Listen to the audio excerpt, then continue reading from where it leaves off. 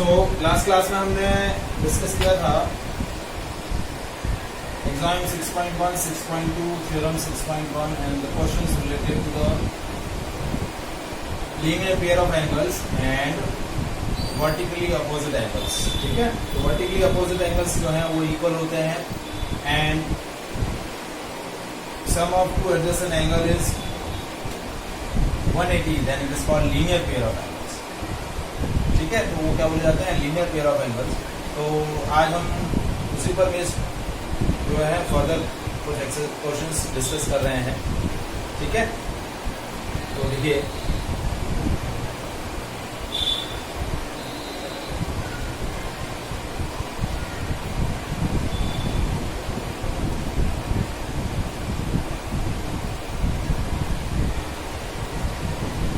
question number second, in the figure 6.14 the line xy and mn intersect at O। ये line xy आपको दे रखी है और ये लाइन mn है, ये पॉइंट ऑफ इंटरसेक्शन है, ये m, ये m। ठीक है, और दोनों एक दूसरे पे इंटरसेक्ट कर रहे हैं ऊपर। ठीक है, एक रे यहाँ से ये ओपी एक रे है। ठीक है, अब आपको दिया हुआ है एंगल पी ओ वाई, ये एंगल आपको 90 दिया हुआ है और आपको दिया हुआ है एंगल ए एंड बी, ये एंगल ए दिया हुआ है, ये एंगल बी दिया हुआ है और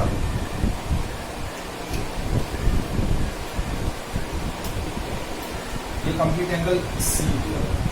ठीक है, और आपको दिया हुआ है angle A and B, angle A upon angle B is in the ratio 2:3। आपको एंगल सी निकालना है, एंगल सी। तो देखिए अब आपको क्या बोला है कि angle P O Y 90 degree और एंगल पी ओ एक्स भी क्या होगा, 90 डिग्री होगा। देखिए ये 90 है तो ये भी 90 होगा कि नहीं, ये 90 डिग्री। ठीक है, और एंगल POX क्या है, basically angle A plus angle B। Angle POX is equal to 90 and that is equal to basically summation of angle A and angle B। तो एंगल A और एंगल B का summation कितना आया, 90 degree. कितना आया, 90 degree. अब आपको क्या दिया हुआ है कि एंगल A और एंगल B जो है वो 90 डिग्री है, ये इक्वेशन 1 हो गई। और एंगल A मैं क्या लिख सकता हूँ, 2/3 ऑफ एंगल B। इस रेशियो के हिसाब से मैं क्या लिख सकता हूँ कि एंगल A जो है वो 2/3 ऑफ एंगल B है। लिख सकता हूँ कि नहीं लिख सकता हूँ? तो आप देखिए एंगल A की वैल्यू यहाँ प्लेस करी, देखिए 2/3 of B plus angle B is equal to 90। तो 2/3 और 1 एंगल B कॉमन ले लिया, 2/3 प्लस 1 इज इक्वल टू 90। तो 2/3 प्लस 1 क्या हो गया, 5/3।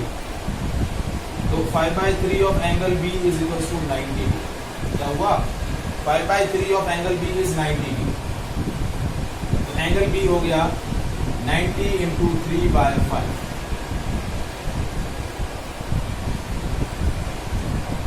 तो B की वैल्यू कितनी आई, देखिए 5 1 जा 5, 18 इंटू 3 क्या आया, 72, सॉरी 54। एंगल बी की वैल्यू कितनी आ गई, 54। अब देखिए अब एक्चुअली मुझे एंगल ए की वैल्यू नहीं चाहिए, मुझे एंगल बी की वैल्यू चाहिए। इसकी वैल्यू चाहिए थी एंगल बी की, तो एंगल बी की वैल्यू 54 आ गई। अब देखिए ये आपका पूरा 180 दिख रहा है आपको, ये एंगल 180 दिख रहा है। तो देखिए एंगल बी और एंगल सी क्या है, दो ऐसे एडजेसेंट एंगल है जिनका सम 180 डिग्री है। तो देखिए अब हम क्या ले रहे हैं, एंगल बी आ गया 54। तो हमने बोला कि MN is a line on which ray OX is stands. तो देखिए angle B plus angle C, ये दो एडजेसेंट एंगल हो गए, ये एंगल बी और ये एंगल सी। ये जो एडजेसेंट एंगल हो गए इनका सम 180 है। तो एंगल सी कितना हो गया 180 माइनस 54। तो एंगल सी की वैल्यू कितनी हो गई 126। एंगल सी की वैल्यू कितनी हो गई 126। ठीक है, आप एंगल ए की वैल्यू निकालना चाह रहे हैं तो निकाल सकते हैं, क्योंकि angle A plus angle B कितना होता है 90 डिग्री। तो एंगल ए हो जाएगा 90 माइनस 54, कितना हो जाएगा 26, सॉरी 36। एंगल ए की वैल्यू कितनी आ जाएगी 36। Is it clear? हाँ जी बोलो बेटा।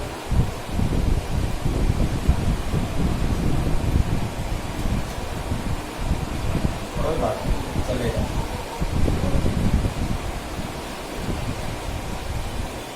तरीका सही होना चाहिए, ऐसे नहीं कि सिर्फ आंसर लाने के लिए कुछ भी तरीका यूज कर दिया, वो चीज। हाँ कोई बात नहीं, चलेगा, कोई मामला नहीं। ठीक है, तो अब देखिए नेक्स्ट क्वेश्चन।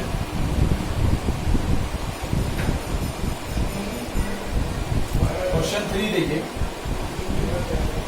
आपको फिगर एक डायग्राम दिया हुआ है।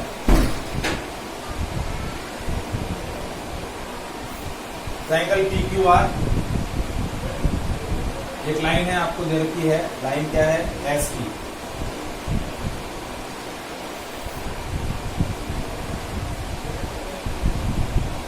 आपको क्या बोला है angle PQR is equal to angle PRQ। आपको प्रूव करना है angle PQS is equal to ये वाला एंगल PQS कौन सा होगा ये वाला एंगल, ये एंगल और ये एंगल इक्वल। देखिए आराम से कर सकते हैं, कैसे कर सकते हैं देखिए, कि मैं ऐसा बोल दूं कि ST is a line on which PQ ray PQ stands। Then ये दो एंगल जो बन रहे हैं ये और ये एंगल, दो एडजेसेंट एंगल का सम कितना हो जाएगा 180। तो angle PQR plus angle PQS इसका सम कितना हो गया 180। और सेकेंड मैंने क्या बोला ST is a line on which ray PR stands। इसका मतलब क्या हुआ PRQ plus PRT is equal to 180। ये इक्वेशन 1 है, ये इक्वेशन 2 है। दोनों को कंपेयर किया, कंपेयर करेंगे तो देखिए कैसे कंपेयर किया, ये भी 180 है, ये भी 180, दोनों को इक्वेट करेंगे। PQR plus PQS is equal to PRQ plus PRT।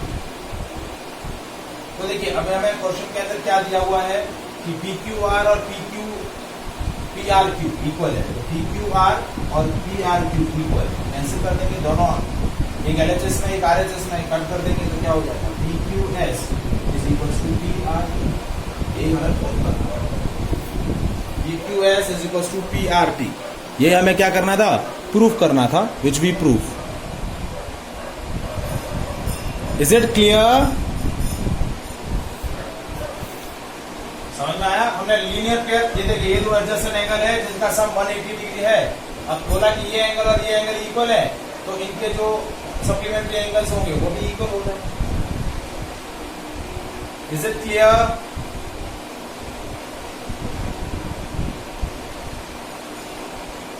अब देखिए क्वेश्चन नंबर 4 के अंदर आपका एग्जाम 6.2 अप्लाई होगा। कौन सा अप्लाई होगा 6.2 क्या बोल रहा है कि यदि दो एडजेसेंट एंगल का सम 180 डिग्री होता है तो उनकी जो नॉन कॉमन आर्म्स हैं, non common arms makes a straight line. क्या बनाती है? Makes a straight line. तो क्वेश्चन क्या है देखिए,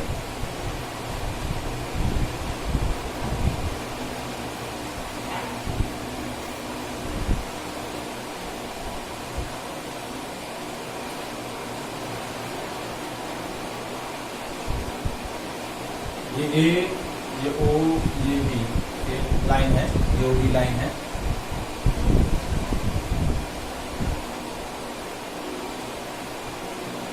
ठीक है, और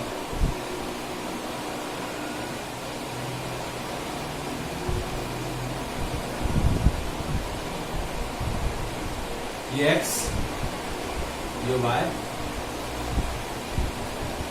ये डब्ल्यू और ये जेड। ठीक है, आपको क्या बोला है, angle X plus Y is equal to angle W plus W angle Z, ये इक्वल है। तो आपको प्रूफ क्या करना है, प्रूफ AOB इज तो देखिए एंगल एक्स और वाई इक्वल है, तो हम क्या देख रहे हैं कि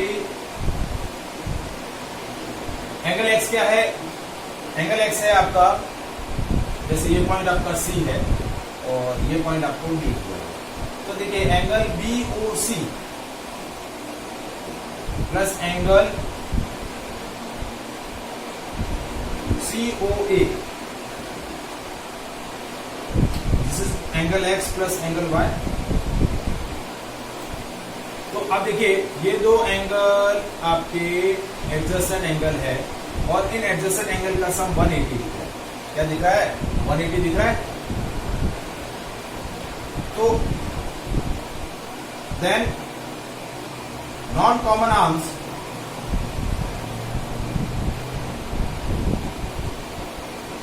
ऑफ दीज एंगल्स, इनकी जो नॉन कॉमन आर्म्स हैं, कौन सी, एंगल एक्स की नॉन कॉमन आर्म कौन सी हुई, OB, और एंगल COA की नॉन कॉमन आर्म कौन सी हुई, OA।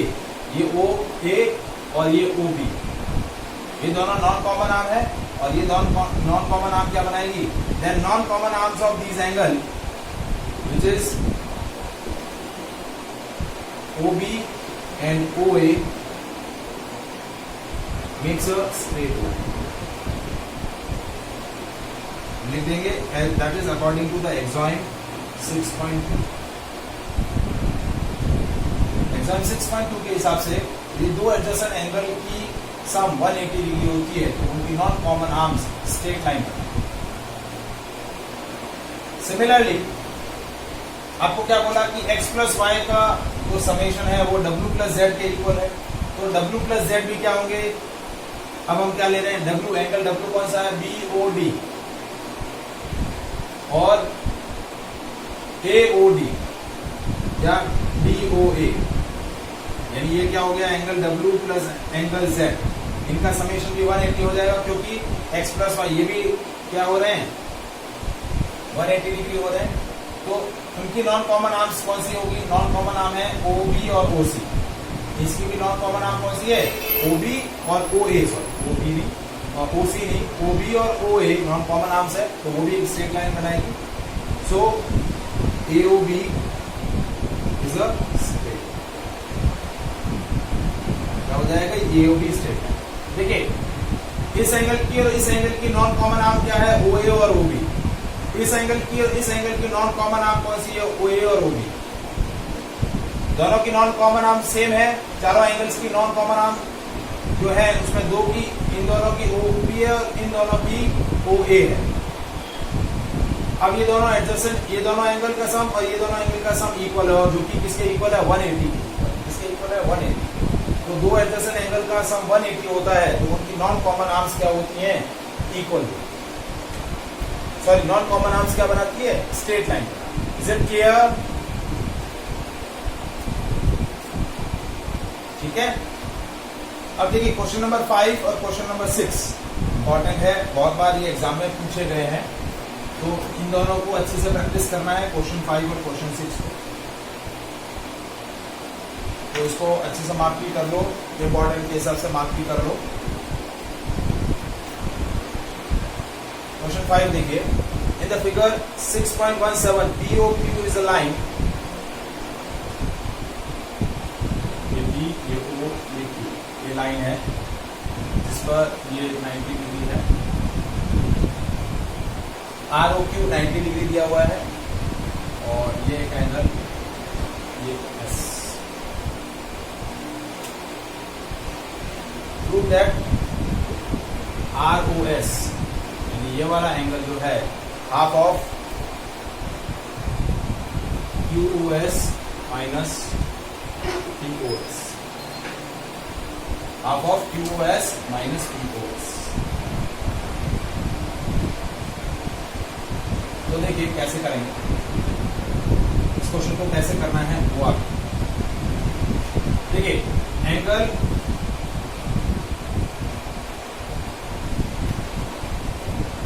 पी ओ आर और आर ओ क्यू इक्वल है 90 डिग्री। देखिए ये भी 90 डिग्री है और ये पूरा भी 90 डिग्री है कि नहीं, 90 डिग्री। ठीक है, अब एंगल क्यू ओ एस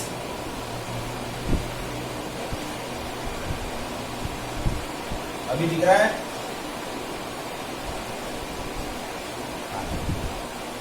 अब देखिए एंगल क्यू ओ एस क्या लिखा मैंने, एंगल क्यू ओ एस लिखा मैंने, angle Q O R O Q plus R O S.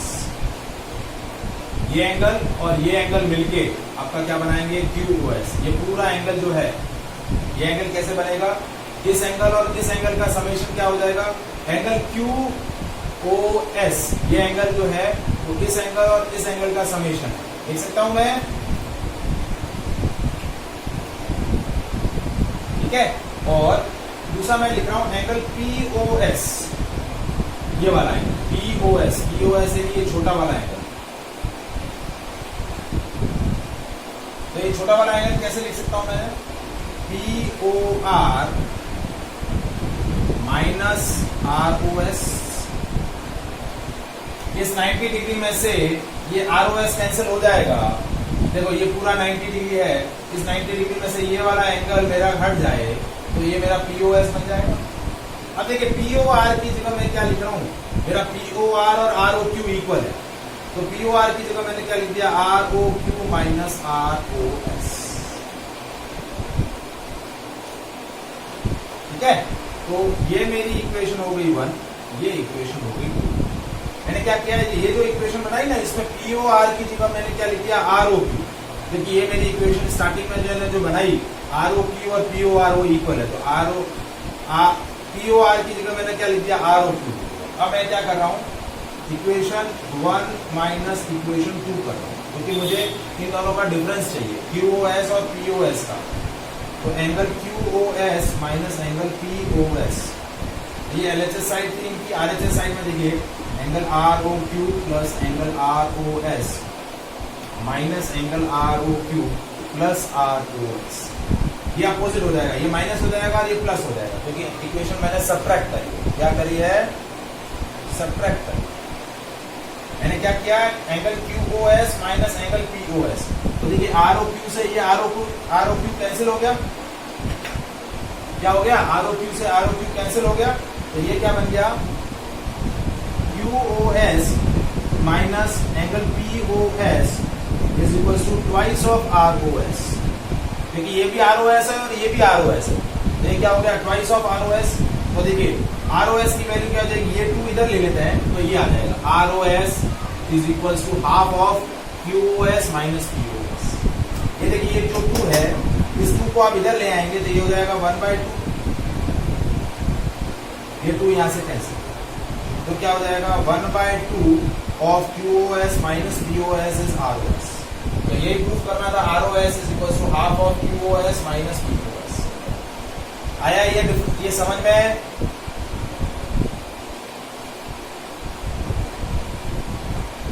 ये पॉइंट समझ में आया।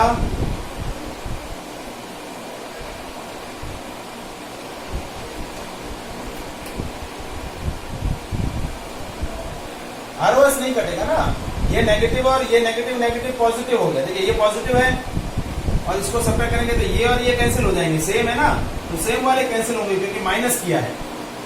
ये दोनों कैंसिल हो जाएंगे, ये दोनों ऐड हो जाएंगे।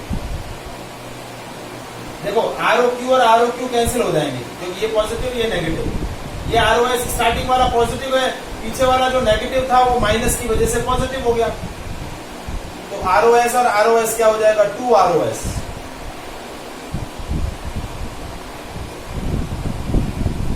अरे नहीं, एक पॉजिटिव एक नेगेटिव होना नहीं चाहिए, वो तो बन गए ना इक्वेशन में।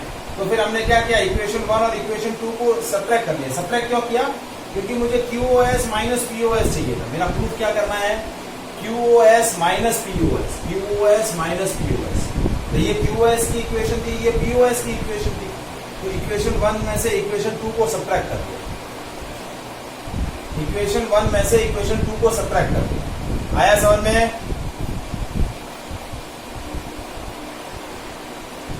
हाँ भाई, ये तीर्थ नहीं आया क्या, तीर्थ आज भी नहीं आया है।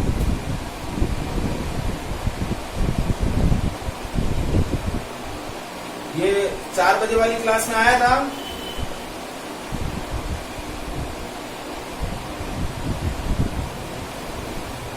चार बजे वाली क्लास में आया था क्या? भवेश,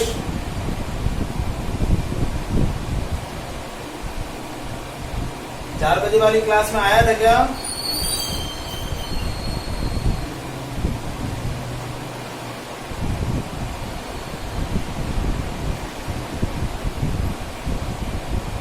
एक सेकेंड रुको, मैं ना बात करता हूँ, चालू रखो। Now question number 6, last question बस एक बार मैं रीड आउट कर लेता हूँ। क्वेश्चन क्या है? It is given that angle XYZ is 64 degree.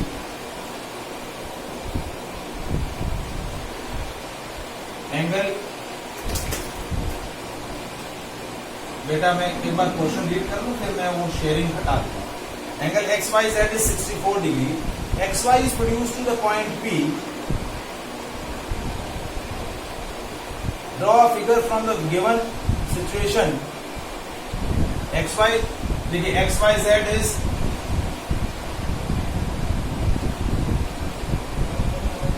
X, Y, Z, XY is produced to point P, आगे बढ़ाया है उसको P तक। Now draw a figure from given figure information if ray YQ bisect the angle ZYP। ये YQ है जो ZYP को क्या कर रही है, बाइसेक्ट कर रही है।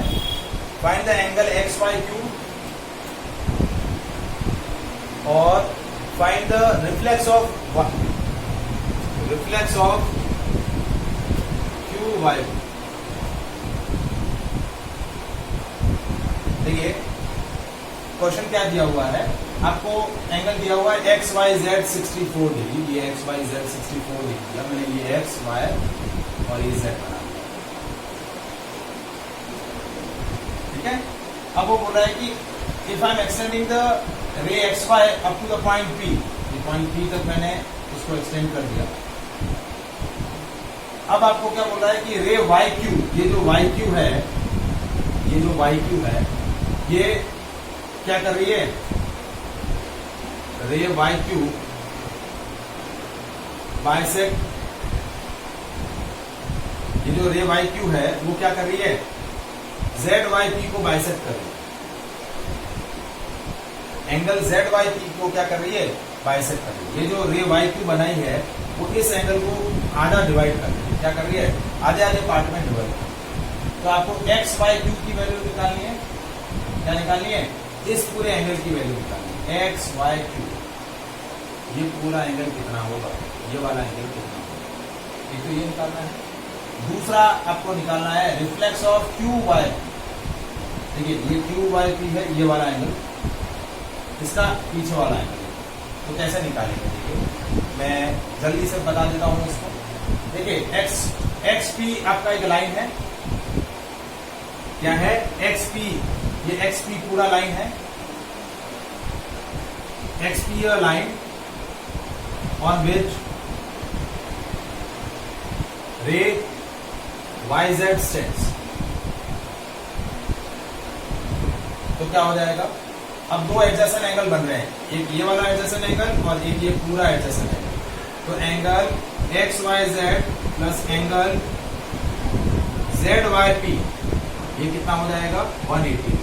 तो एंगल जेड वाई पी कितना हो गया 180 माइनस 64, कितना बन जाएगा 120 में से 4 गया 116 डिग्री, कितना बन गया 116। ये वाला एंगल 116 डिग्री आ गया। अब देखिए ये जो जेड वाई पी है, इस जेड वाई पी को वाई क्यू बाइसेक्ट कर रही है। क्या कर रही है?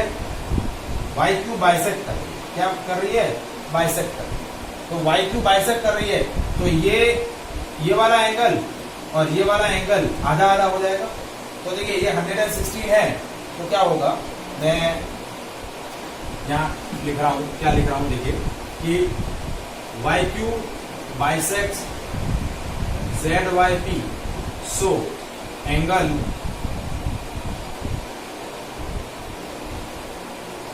Q Y P is half of angle Z Y P. Q Y P, ये वाला जो एंगल है क्यू वाई पी, ये वाला, ये पॉइंट पी है, ये वाला जो एंगल है ये क्या हो जाएगा, इस पूरे एंगल का आधा। तो क्यू वाई पी क्या हो गया, हाफ ऑफ 116। 116 का आधा हो जाएगा। 116 का आधा हुआ तो कितना हुआ, हाफ ऑफ 116 कितना हुआ 58 डिग्री। कितना हो गया, तो ये हो गया 58 डिग्री, और ये पीछे वाला बचा, ये भी 58 डिग्री। अब मुझे निकालना है एक्स वाई क्यू, तो एंगल एक्स वाई क्यू क्या हो जाएगा, ये हो जाएगा angle X Y Z plus angle Z Y Q. तो एंगल एक्स वाई जेड मेरा कितना है 64 प्लस 58, ये हो गया 12,